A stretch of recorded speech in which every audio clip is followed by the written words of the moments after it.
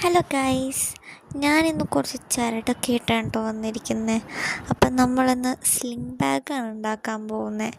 ഇതുണ്ടാക്കാമെന്ന് പറഞ്ഞാൽ കുറച്ച് ടസ്ക്കിയാണ്, but interesting ആണ്. അപ്പം ഞാൻ എടുത്തേക്കുന്ന ചരടിൻ്റെ കളർ അടിപൊളിയല്ലേ, എനിക്ക് ഭയങ്കരമായിട്ട് ഇഷ്ടപ്പെട്ടായിരുന്നു ഈ കളറ്.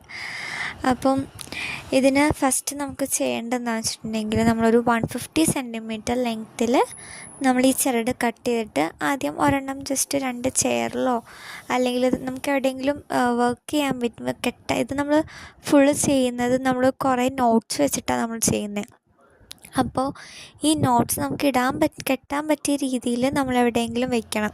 അപ്പം അതിന് വേണ്ടിയിട്ടാണ് ഈ 150 സെൻറ്റിമീറ്ററിൽ ചരട് നമ്മൾ മുറിച്ചിട്ട് 2 കസേര മേലാണ് ഞാൻ ജോയിൻ ചെയ്തിരിക്കുന്നത്.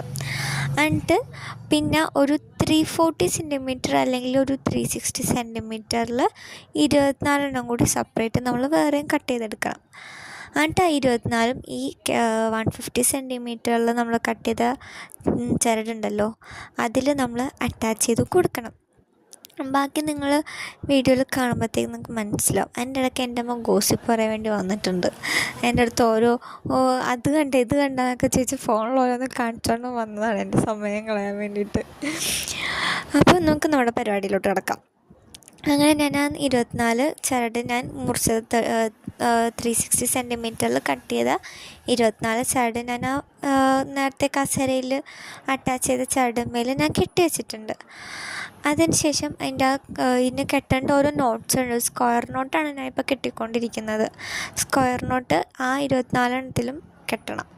ആ 24 കെട്ടിക്കഴിഞ്ഞതിന് ശേഷം അതേപോലെ തന്നെ 45 ലെയർ 45 ലെയേഴ്സ് നമ്മൾ ഈ സെയിം സ്ക്വയർ നോട്ട് തന്നെ നമ്മൾ കെട്ടിക്കൊണ്ടിരിക്കണം.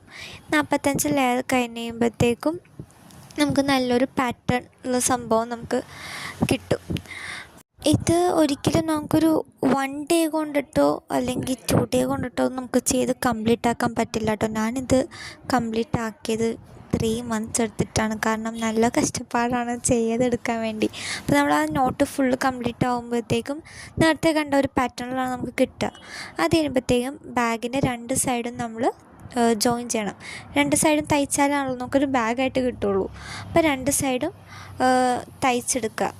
ഇതിൻ്റെ അകത്ത് കാണുന്ന പോലെ തന്നെ സ്റ്റിച്ച് ചെയ്തെടുത്തിട്ടുണ്ട് ഞാൻ. ഫൈനൽ ലുക്ക് തോണ്ട് ഇതാ. അപ്പോൾ ഇഷ്ടപ്പെട്ട ലൈക്ക് ചെയ്യാനും സബ്സ്ക്രൈബ് ചെയ്യാനും മറക്കണ്ട. അപ്പോൾ ഓക്കെ, ബൈ.